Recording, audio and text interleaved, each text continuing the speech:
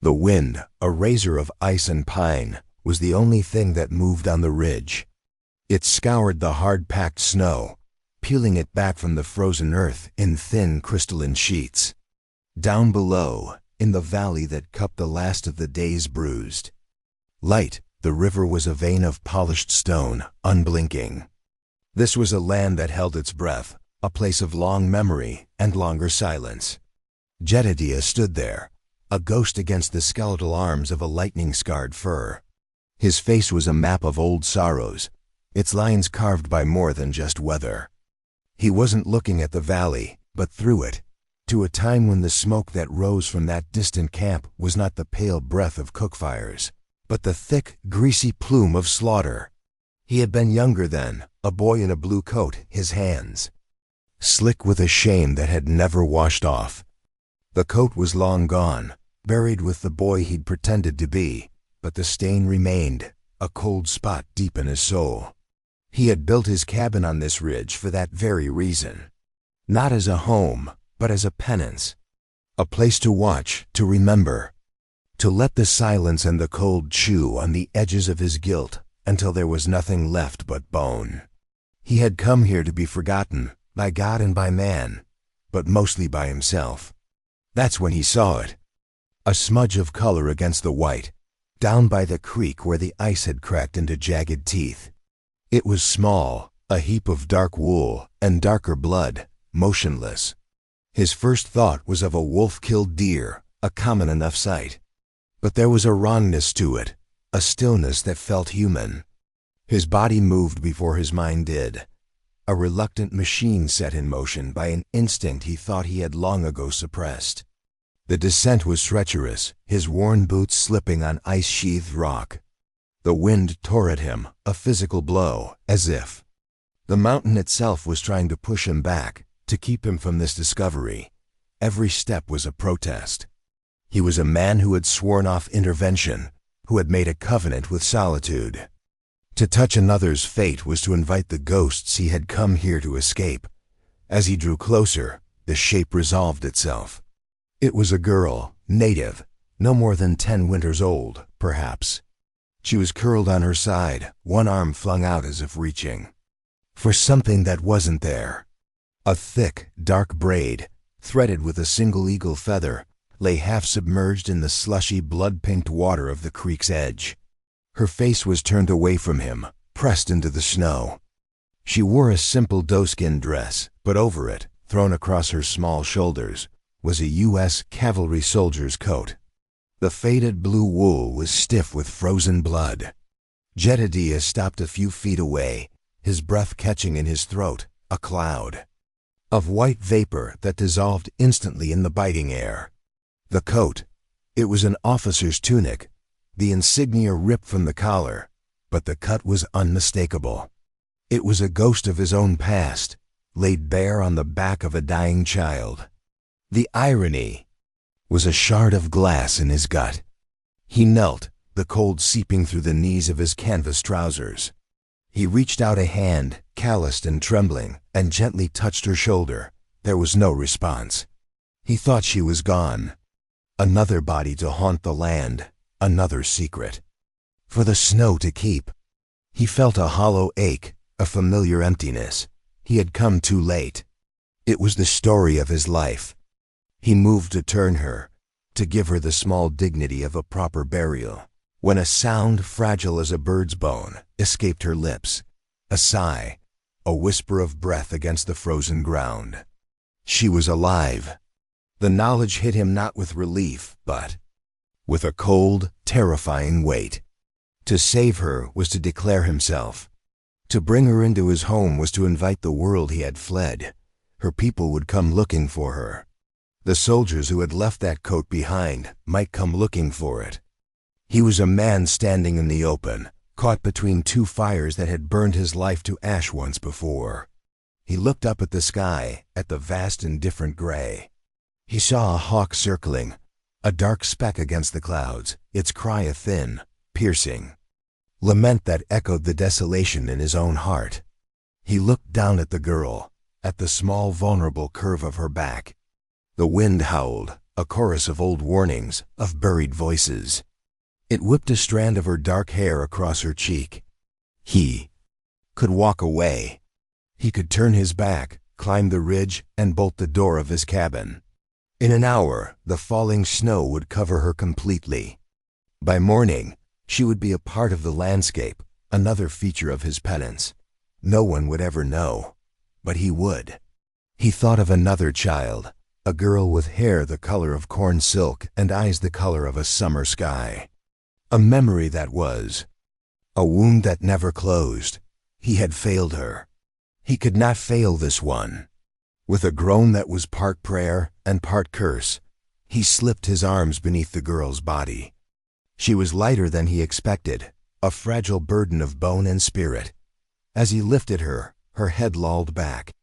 Her eyes fluttered open for a moment, unfocused, dark pools of pain and confusion. Her lips moved, and a single word, a name not meant, for his ears slipped out on a frosted breath before she fell back into unconsciousness.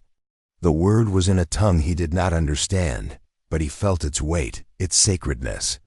It settled in the air between them, a binding. He held her close, shielding her small frame from the wind with his own body, and began the long, slow climb back up the ridge. The hawk cried out again overhead, a final lonely witness. Jedediah didn't look up. He just kept climbing, one step at a time, carrying the wounded child and the full crushing weight of his own damnation. The sun bled out behind the mountains, and the world went quiet, a deep, listening silence that felt like judgment. The cabin was a single room, built of rough-hewn pine that wept amber sap in the heat of the fire. It smelled of wood smoke, old leather, and the solitary grief of a man who had forgotten the sound of his own voice. For 2 days, this small, cramped space became a crucible for two worlds, two wounds held together by the thin, fragile thread of a child's breathing. Jedediah was no hero. The hands that now gently cleaned the girl's wound were the same hands that had once held a Sharp's rifle, the barrel still hot from a volley fired into a winter camp. He had been a part of the machine, a cog in the great, grinding engine of extermination. He had ridden under a commander whose name was a curse on the lips of every tribe from the Platte to the Powder River, a man who saw glory in the slaughter of women and children. Jedediah had followed orders, his gut clenched with the sickness he couldn't name, until one day, in a valley not unlike the one below, he had refused. The memory was seared into him, the chaos, the screams, the smell of gunpowder and burning lodges. His commander had ordered him to fire on a group of women and children huddled by a frozen creek, and Jedediah had lowered his rifle. The refusal had earned him a pistol whipping that left a scar above his right eye, and a dishonorable discharge that branded him a coward and an outcast. He had not done it out of righteousness, but out of a sudden blinding image of his own daughter, who had been taken by fever a year earlier. He had seen her face in the face of a terrified native boy, and something inside him had shattered. He had been cast out, not for an act of bravery, but for a moment of personal agonizing weakness. Now that past was lying on his cot, wrapped in his cleanest wool blanket. The girl had a gash on her forehead and a deeper, more serious wound on her side, a brutal stab wound that looked to have been made by a bayonet. It was infected, the skin around it an angry, swollen red. He had cleaned it as best he could with boiled water and the last of his whiskey, his movements clumsy, tender. She was a ghost. For 2 days she did not speak. She barely moved. Her eyes, the color of wet river stones, would follow him as he moved about the cabin, but they were distant, seeing something far beyond the rough wooden walls. They held no fear of him, no hatred, just a profound, unnerving emptiness. Sometimes she would stare at the fire in the hearth, her small body rigid, her jaw tight. He wondered what she saw in the dancing flames, a memory of warmth and safety, or the reflection of her world burning. Their silence was a living thing, a third presence in the room. It was thick with the things they could not say, the histories. That divided them. His shame and her trauma collided in the small space, creating a pressure that was louder than any scream. He would stir the stew, the scrape of the ladle against the iron pot the only sound. She would watch her breathing, shallow and even. He would offer her a spoonful, and she would accept it without expression, her body taking the nourishment even as her spirit seemed to have already departed. On the second night, a fever took her. She began to tremble violently, her teeth chattering.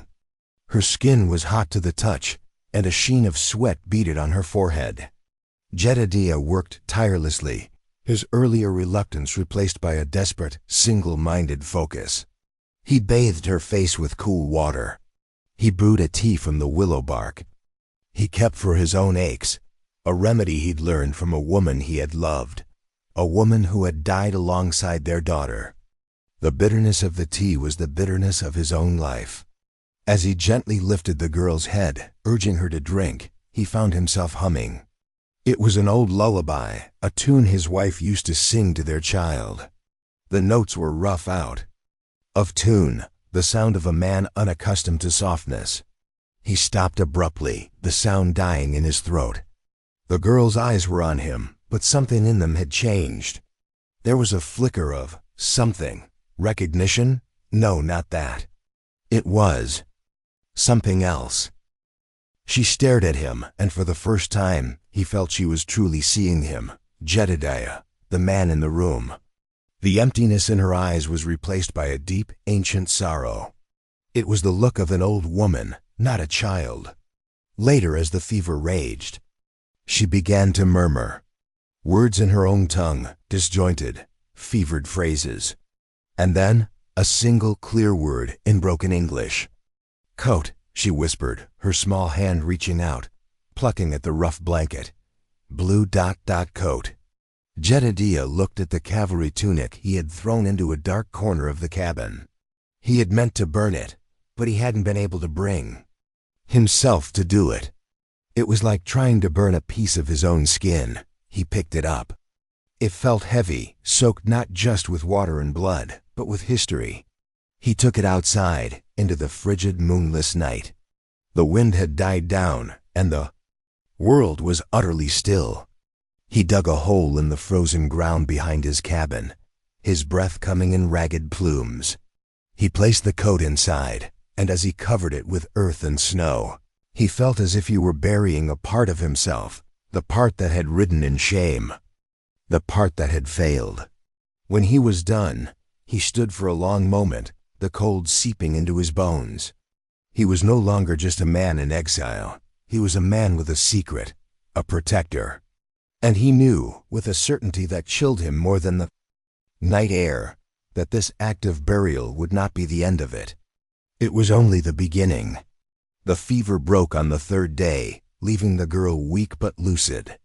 The silence in the cabin shifted, becoming less a clash of histories and more a shared, fragile space. It was a silence that listened. Jedediah continued his quiet ministrations. He made her a thin broth from a rabbit he had snared, and she drank it slowly, her dark eyes watching him over the rim of the wooden bowl. He carved a small bird from a piece of scrap pine, its wings outstretched, and placed it on the rough-hewn shelf beside her cot. She looked at it for a long time, her expression unreadable, but she did not push it away. He spoke to her sometimes, in a low, quiet voice, not expecting a response. He told her about the mountains, the names he had given the peaks that clawed at the sky. He told her about the hawk that nested on the high cliffs, how he watched it ride the thermals each morning. He didn't speak of his past, of the wife and daughter he had lost, but their ghosts were in his voice, in the gentle way he moved, in the deep well of sadness in his eyes. He was a man tending to a wound in another that mirrored a deeper wound in himself. One afternoon, as the low winter sun cast long distorted shadows across the floor, the girl sat up. She swung her small legs over the side of the cot, her bare feet hovering just above the cold planks. She was still unsteady, but there was a new resolve in her movements. She walked to the hearth, her steps deliberate, and knelt before the cold ashes from the morning's fire. Jedediah watched, his hands still, his breath held. He did not know what she intended. Was it a ritual, a memory? She dipped her finger into the gray dust. On the flat, dark stone of the hearth, she began to draw. Not pictures of horses or buffalo, or the simple shapes a child might make. She drew a line, straight and unwavering. Then another intersecting it. She drew circles and triangles, symbols that felt ancient and laden with meaning. It was a map. He realized, but not of any landscape he knew. It was a map of memory, of spirit. She drew a large circle, and inside it, a series of smaller circles, like a family huddled together. Then, she drew a jagged line that cut through the large circle, scattering the smaller ones. Her hand trembled as she drew this line. Finally, she looked up at him, her finger hovering over the stone. She pointed to one of the small, isolated circles, then pointed to herself. Then, with a slow, deliberate movement that made the hairs on Jedediah's arms stand up, she drew a new shape outside the scattered circles. It was a crude drawing of a man, standing alone. She looked at Jedediah, her eyes locking with his, and then she touched the drawing of the man. The message was clear, and it struck him with the force of a physical blow. He was the outsider, the one who did not belong in the story she was telling. A profound, aching sadness filled the room. He was her rescuer, but he was also the embodiment of the force that had shattered her world. He had saved her from the storm, only to bring her into the house of the lightning. She did not seem to be accusing him. It was a simple statement of fact, drawn in the ashes of a shared fire. That evening, a change occurred. As Jedediah sat mending a leather strap, a low sound filled the cabin. It was a hum, a soft, mournful melody that seemed to rise from the earth itself. It was the girl. She sat on her cot, her back straight, her eyes closed, humming a song that was both a lament and a prayer. The tune was intricate, full of strange, haunting intervals. It was not a song of comfort. It was a song of calling. He realized with a jolt that she was not humming for him, or even for herself. The music was directed outward, through the walls of the cabin, into the vast, listening silence of the land. She was singing to someone she knew was listening. The fragile peace of their shared shelter was over. The quiet was no longer a space of healing, but the taut, humming stillness before a storm. He looked out the single small window of the cabin. The sun was setting, painting the snow in hues of blood and rust. The world outside seemed to be holding its breath, waiting. The girl's song was a beacon, a signal fire, and he knew, with a certainty that settled like a stone in his gut, that it had been heard. They were coming. The first light was a whisper, a pale silver wash that did not so much illuminate the world as reveal its ghosts. Jedediah had not slept. He had sat by the fire, the girls humming a constant, low thrum in the background, a sound that had woven itself into the fabric of his anxiety. He felt like a man on the eve of his own execution, waiting for a verdict that had been decided. Long ago, when the humming stopped, the silence that followed was absolute. It was a profound, deafening quiet that seemed to swallow the very crackle of the fire. The girl was still, her eyes open and fixed on the cabin door. She was waiting. Jedediah rose and walked to the window, his heart a heavy, rhythmic drum against his ribs. The fog was thick, a sea of white that clung to the ridge, blurring the edges of the trees and swallowing the valley below. And in the fog he saw him, a single rider, sitting motionless on a paint horse. He was a silhouette, a specter born of the mist, his form indistinct, but his presence immense. He carried a long lance, its tip adorned with a single dark feather. That hung limp in the still air. He did not move. He just watched the cabin. Jedediah's blood ran cold. He had expected pursuit, perhaps a small search party. Not this. This was not a search. This was a vigil. He backed away from the window, his gaze falling on the girl. She met his look with a calm that was far beyond her years. There was no fear in her eyes, only a deep, solemn acceptance. He forced himself to look back outside. Behind the first rider, more shapes were emerging from the fog. They appeared not with a sound, but as if the mist itself was coalescing into form. 10, then 20 more, all on horseback, fanning out in a silent, perfectly spaced arc that faced the cabin. They were armed not for a skirmish, but for war.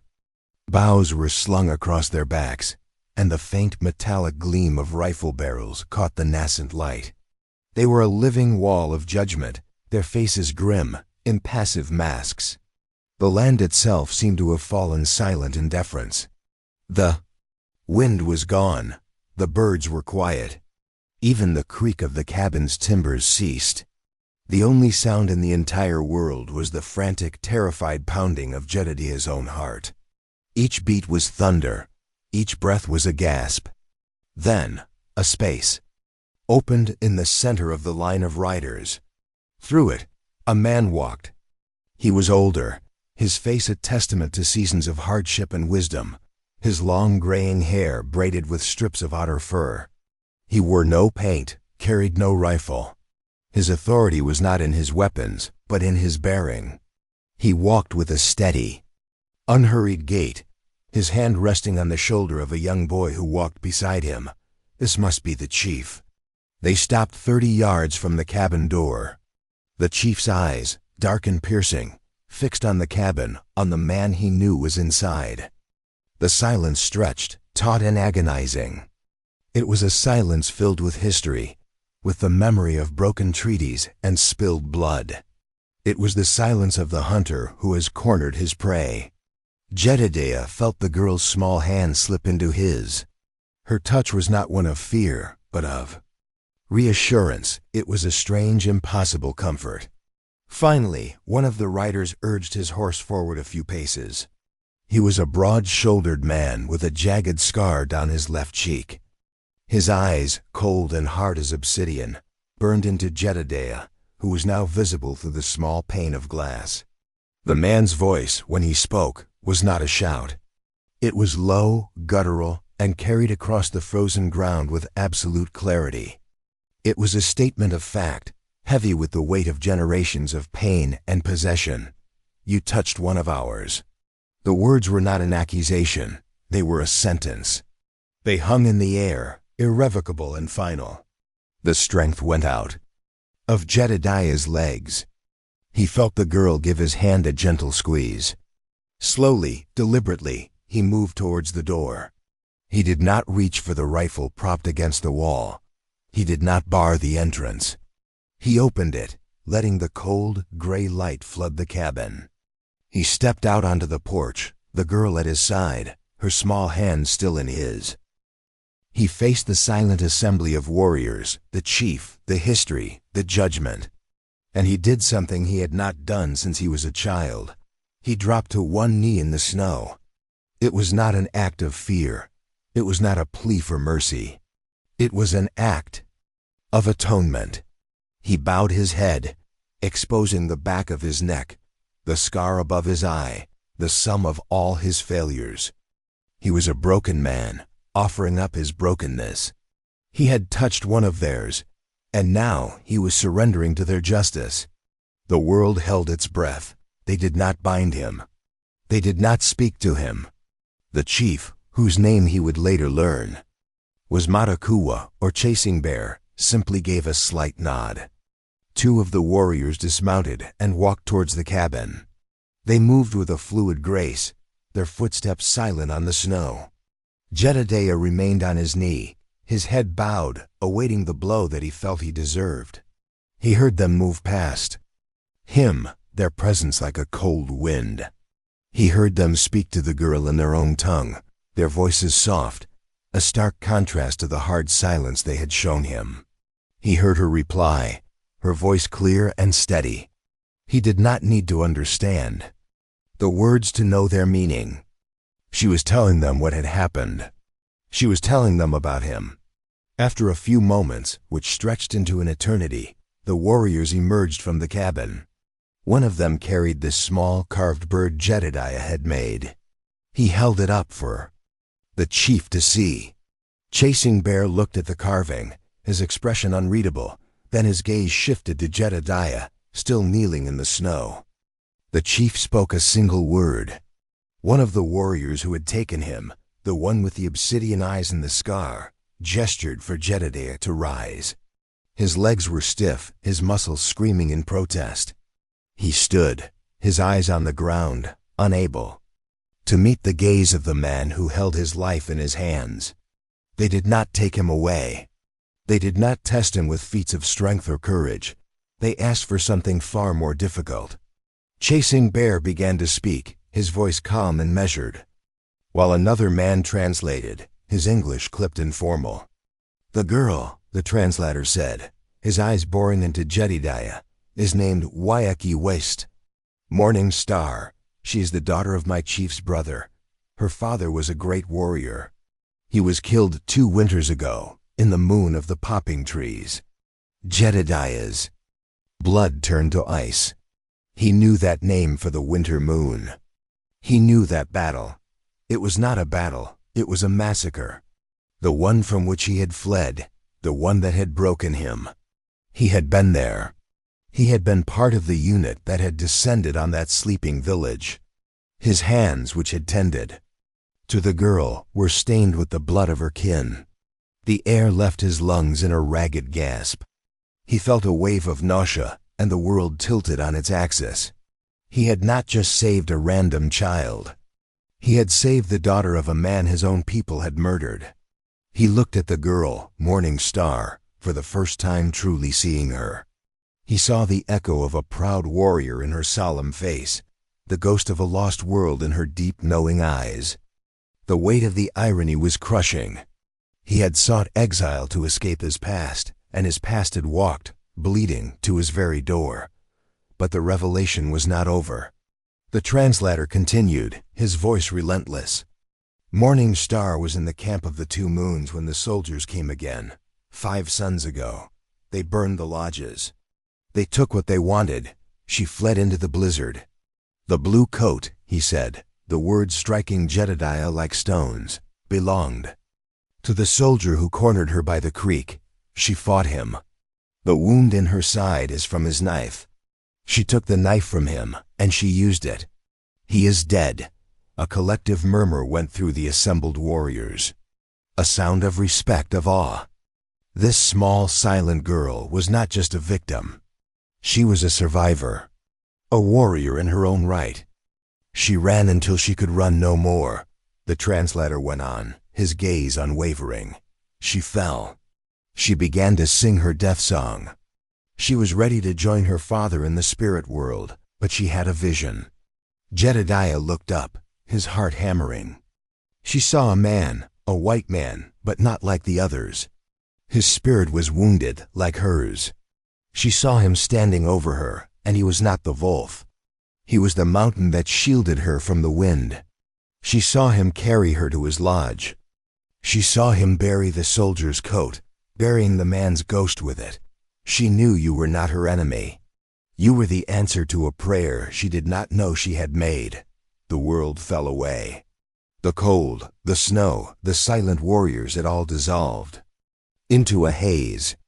The only thing that existed was the face of the girl, Morning Star, her expression serene, her eyes holding his. She had not just been saved by him.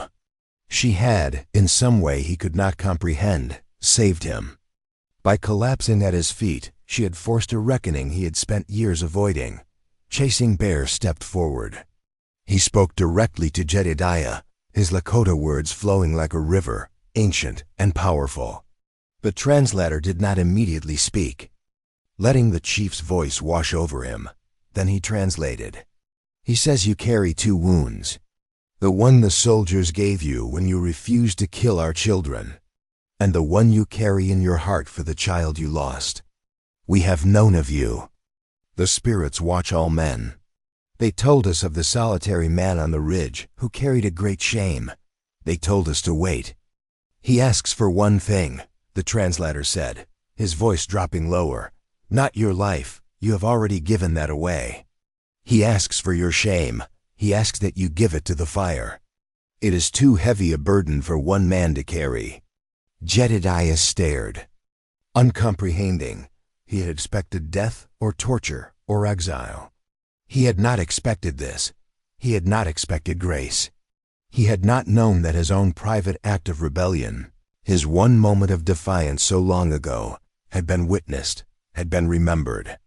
He had thought himself an outcast from his own world, but he had not realized he was known to theirs. Slowly, as if in a dream, he nodded. He would give them what they asked. He would give them everything. As twilight descended, casting the snow-covered ridge in shades of deep purple and indigo, a great fire was lit in the clearing before Jedediah's cabin. The flames leaped high into the night, a roaring, hungry mouth against the cold, starry sky. The warriors formed a wide circle around it, their faces illuminated by the dancing light, their expressions solemn and watchful. A single drum began to beat, a slow, steady rhythm that was the heartbeat of the land itself. It was a sound that vibrated not in the ears, but deep in the chest, a pulse of ancient, sacred power. Jedediah stood near the fire, stripped to the waist despite the biting cold. He did not feel the chill. The heat from the flames and the intensity of the moment had created a fever in his blood. He watched as Chasing Bear approached the fire, his arms laden with herbs which he cast into the flames. A thick, pungent smoke billowed upwards, carrying the scent of sage and sweetgrass, a smell of purification and prayer. Then Morning Star walked towards him.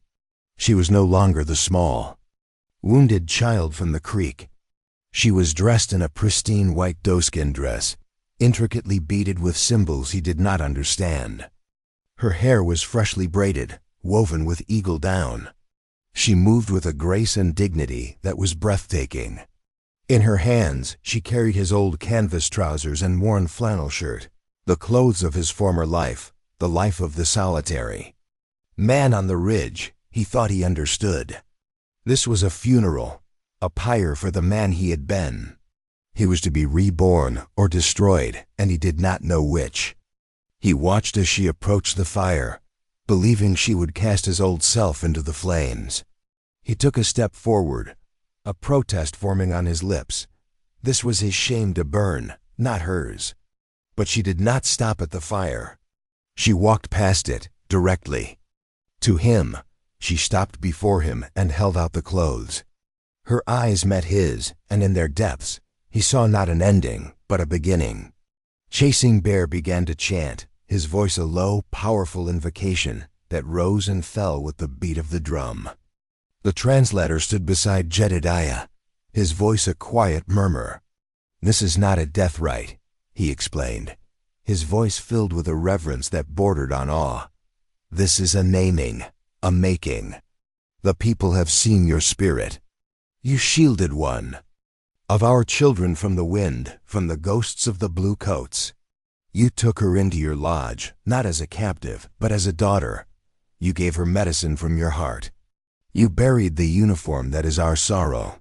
You have shown that a white man can have a Lakota heart." Jedediah looked from the translator to the chief, then to Morning Star, who still stood before him, her arms outstretched, offering him his own past. "She does not carry these to the fire," the translator continued. "She returns them to you, for only you can choose to let them go." Understanding dawned on him, a painful, beautiful light. This was not their judgment to pass, it was his. They were giving him the choice. He could remain Jedediah, the haunted exile, or he could become something new. His hands trembled as he took the clothes from her. They felt impossibly heavy, weighted with years of regret and solitude. He turned and walked to the fire, the eyes of every warrior on him. The drumbeat grew louder, more insistent. He stood at the edge of the flames, the heat scorching his skin. He looked down at the clothes, at the frayed cuffs of the shirt, the worn knees of the trousers. He saw a life of loneliness, of penance, of a quiet, unending grief. He thought of the daughter he had lost, her face a faded portrait in his memory. He thought of Morning Star, her hand in his, a small anchor in a sea of chaos. He realized that grief was not a shrine to be tended forever. It was a weight to be set down. With a cry that was torn from the deepest part of his soul, a sound of agony and release, he threw the clothes into the fire. The flames leaped up, consuming them in a brilliant, hungry flash. For a moment he saw a shape in the fire, a ghost in a blue coat, its face contorted in a silent scream, and then it was gone, turned to ash and smoke, carried away on the night wind. A great shout went up from the circle of warriors. The drumbeat quickened, becoming a joyous, thunderous roar. Chasing Bear approached him. He placed a hand on Jediday's bare shoulder, his grip firm and warm. He spoke, his voice ringing with authority. "He gives you a new name," the translator said, his own voice thick with emotion. "He calls you Hinyotenka, Mother of the Hills, for you did what a mother does. You found a lost child and shielded her from the storm. You gave her your warmth. You gave her your heart." Tears streamed down Jediday's face, freezing on his cheeks. They were not tears of sorrow, but of a profound, shattering gratitude. He looked at Morning Star, and she smiled, a true, radiant smile that lit up her face. She stepped forward and placed her small hand on his chest, right over his heart. It was not a gesture of ownership or of debt. It was a gesture of kinship. He was no longer Jedidiah. He was no longer an exile. He was Hinyotenka. He was a man who had been given not what he deserved, but what he needed. Not punishment, but peace. Not death, but a name. He had knelt in the snow expecting an end, and they had given him a new bloodline, a place within the circle. The fire burned, the drum beat, and under the vast starry canvas of the Wyoming sky, a new life began. He never left the mountains. The cabin on the ridge, once a cell of penance, became a bridge. Hinyotenka did not vanish back into the white world that had cast him out, nor did he seek to become a warrior among the Lakota. His role was something quieter, something earned. He became a guardian. He stayed in his lodge, but it was no longer a place of solitude. Morning Star, who was now his to protect by a bond deeper than blood, spent many of her days there. She taught him her language, not with lessons, but with shared living. He learned the names for the hawk and the pine, for the sun and the moon. He learned her people's stories, whispered in the quiet evenings by the fire. In return, he taught her what he knew of his own world, not of its violence and greed, but of its small graces, the letters of the alphabet, the way to mend a broken tool, the sad, sweet lullabies of a lifelong past. The warriors who had once stood as a wall of judgment now came to his door as visitors. They would bring him fresh meat, and he would share his coffee. They spoke little, but their shared silence was now one of comfort, of mutual respect. The man with the obsidian eyes, whose name was Tokala, or Fox, became a frequent companion. They would sit for hours, watching the valley below, two sentinels from different worlds, guarding the same peace. He was marked. The title they had given him, Mother of the Hills, was whispered with reverence. It was a name that held a story of a man who had answered a child's pain with his own. He was a living legend, a paradox that the other white trappers and traders who occasionally passed through the territory could not comprehend. They saw a man who had gone native, but they could not see the truth. He had not abandoned his own soul. He had finally found it. One summer, word came that the Bluecoats were riding again, pushing further into the sacred lands, their greed for the yellow metal in the earth overriding all treaties, all promises. A war party was gathering. Tokala came to the cabin, his face grim. He offered Hinyotenka a rifle. "You do not have to fight," Tokala said. "This is not your war." Hinyotenka looked at the rifle, then at Morning Star, who stood in the doorway, her face a mask of worry. He thought of the massacre in the moon of the popping trees. He thought of the cavalry coat he had buried behind his home. "My war ended when I buried that coat," he said, his voice quiet but firm. "But my place is here.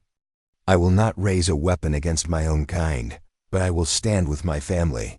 He did not ride out with the warriors. Instead, he took Morning Star and the younger children of the village high into the secret places of the mountains, to the caves and hidden valleys he had come to know during his years of exile. He stood watch, a shepherd for a flock that was not his by birth, but by choice. He became their shield, their guardian on the high ground. He died years later, not in battle, but as an old man, his hair as white as the winter's snow. He died in his cabin, with Morning Star, now a grown woman with children of her own, holding his hand. Her children called him grandfather. They buried him on the ridge, overlooking the valley, the place where he had kept his long vigil. They wrapped him not in a soldier's coat, but in a buffalo robe decorated with the story of his life, a story drawn in symbols of sacrifice and rebirth. There was no headstone, no carved name to mark his passing. His monument was the land itself. Long after he was gone, after the world had changed and the old ways had been forced into smaller and smaller corners, the story of the man on the ridge was still told around the fires. It was a story whispered to the children, a reminder of a time when two worlds had collided not in violence, but in an act of grace. On a flat, protected face of rock near his grave, someone had painted a single lasting image, a mountain sheltering, a single bright star from a harsh wind.